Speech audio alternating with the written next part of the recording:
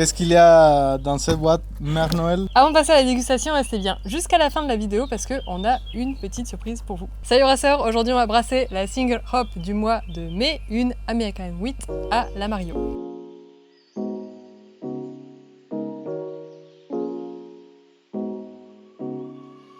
Aujourd'hui, je vais remplacer l'acide lactique par de l'acide phosphorique. Ça a été rajouté il n'y a pas très longtemps sur le site de mon eau de brassage et j'utilise toujours ce site pour préparer mes brassins.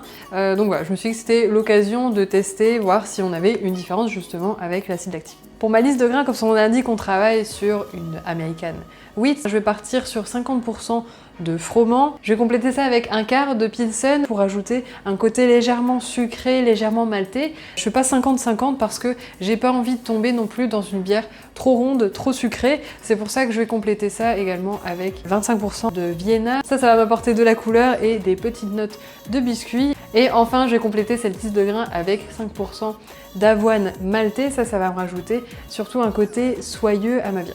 Pour ceux qui m'ont vu galérer pendant des semaines pour sortir mon faux fond avec mes petits pics à brochette, j'ai trouvé une nouvelle technique sur un forum de brassage amateur américain. Il vous suffit d'utiliser une chaîne ou un cordon de ce genre.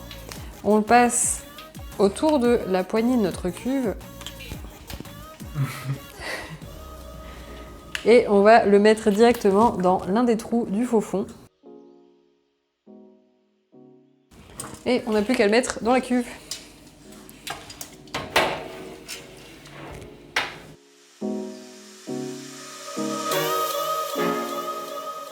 Le style American Wheat, c'est la deuxième fois que je vais le brasser. La première fois, j'avais fait au Mexique et bon, j'avais rajouté un peu de menthe, j'avais fait une sorte d'expérimentation.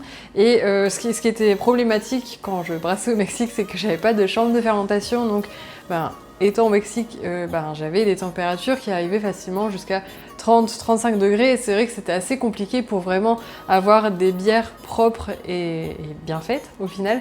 Donc on peut dire du coup que c'est un peu ma première American Wheat du coup. Je pense que l'American Wheat, je le résumerai comme une Hefeweizen mais justement sans ces notes d'ester, de levure et un petit peu plus houblonnée. Donc on est vraiment sur une bière de printemps, d'été, une bière rafraîchissante, agréable à boire, légère en alcool d'ailleurs, elle peut être entre 4 à 5,5%, donc c'est vraiment une bière qui se boit toute seule au final. En plus de toutes ces qualités, je trouve que c'est quand même un style intéressant à travailler pour une single hop parce que justement, elle a un profil très propre et quand même assez facile à travailler, donc ça va vraiment permettre de laisser briller le houblon sans pour autant être sur des quantités de houblon astronomiques comme par exemple pour faire une IPA. Avant de continuer, n'oubliez pas que c'est une recette de single hop, donc vous pouvez aller voir sur le site, on a du coup une grosse promo sur le houblon Amarillo et sur tous les ingrédients de cette recette.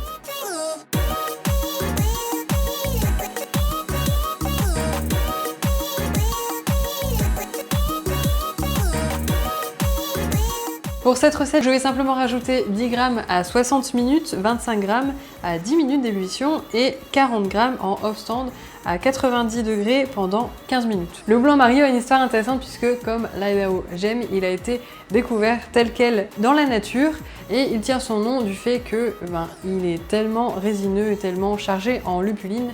Vous voyez que la lupuline, c'est une résine jaune et donc il était tellement chargé en lupuline qu'on lui a donné le nom d'Amarillo qui veut dire jaune en espagnol. Au niveau des notes qu'il va apporter, on va vraiment être sur un profil très citrique, c'est-à-dire qu'on va être surtout axé sur les notes d'orange et d'agrumes en général. Au niveau de son taux de cohumulone, il est entre 22 et 27%, donc on est en dessous de 30%, c'est-à-dire qu'on va avoir un taux de cohumulone plutôt faible à moyen et donc ça va nous donner une amertume douce et agréable.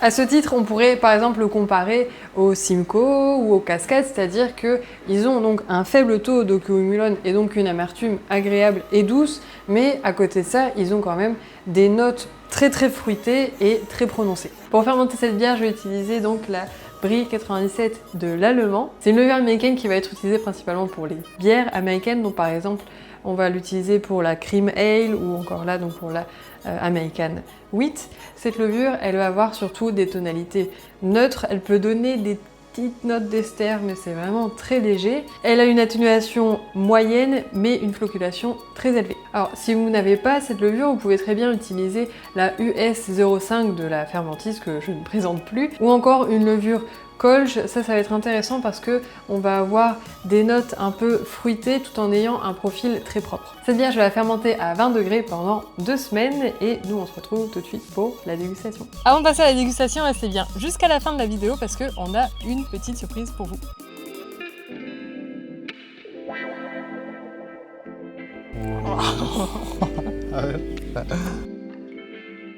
Alors, qu'est-ce que ça donne au niveau des arômes?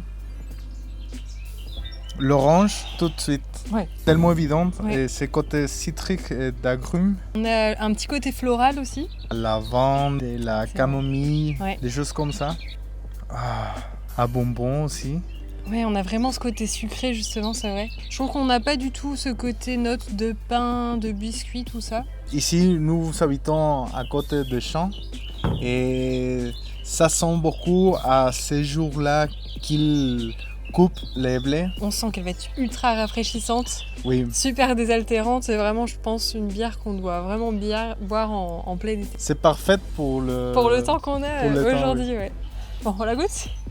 Ah, Santé. allez, santé. Là, je trouve qu'on sent bien le malt, contrairement aux arômes. On sent ce côté presque pâte à pain, un peu comme la Festbier. Oui, mais très bien marié avec l'amertume. Tellement propre de l'Amarillo. C'est là, mais vraiment, ça s'impose pas du tout. Ça se marie très bien avec ses côtés doublés, ses Ouais. côtés Ah, sucrés. mais carrément. Bon, on sent quand même encore un petit peu ce côté citrique. J'ai l'impression de goûter quelque chose à l'orange. Et je pense qu'à ce style, ça sera bien des ajouts d'écorce d'orange. Oui, ça peut être sympa carrément. Et surtout l'écorce d'orange douce. Ok. Il manque plus que la petite rondelle d'orange. On voulait en Mhm. mettre une, mais on n'en a pas chez nous là. Donc. Ouais, et elle est vraiment légère, on sent pas du tout d'alcool. Au final, elle était à combien? Je sais plus. Elle est à 4, Ouais, ok. quelque chose, Oui, de donc- 4,5. Donc vraiment légère. Bon, et au niveau de la robe, bon, on est vraiment sur une couleur dorée paille. Oui, Super belle la couleur, elle n'est pas du tout oxydée. On a un beau trouble, mais qui laisse quand même un peu passer à la lumière. Je vois un peu par exemple l'ombre de mes doigts au travers. La carbonatation, on disait, donc elle est comme il faut. Je trouve là, on voit encore les bulles qui remontent. oui. C'est ni trop peu, je pense qu'on est bien. Et au niveau de la mousse, on va super blanche. Super blanche et bien fermée aussi. Ouais, bien ferme. Et elle restait là tout le temps. Elle n'est pas aussi épaisse que certaines qu'on a faites dernièrement. Mm. Enfin, que sur certaines bières qu'on a faites dernièrement. Mais elle est bien présente, mais elle est quand même plutôt légère que épaisse, on va dire. Oui, oui, oui.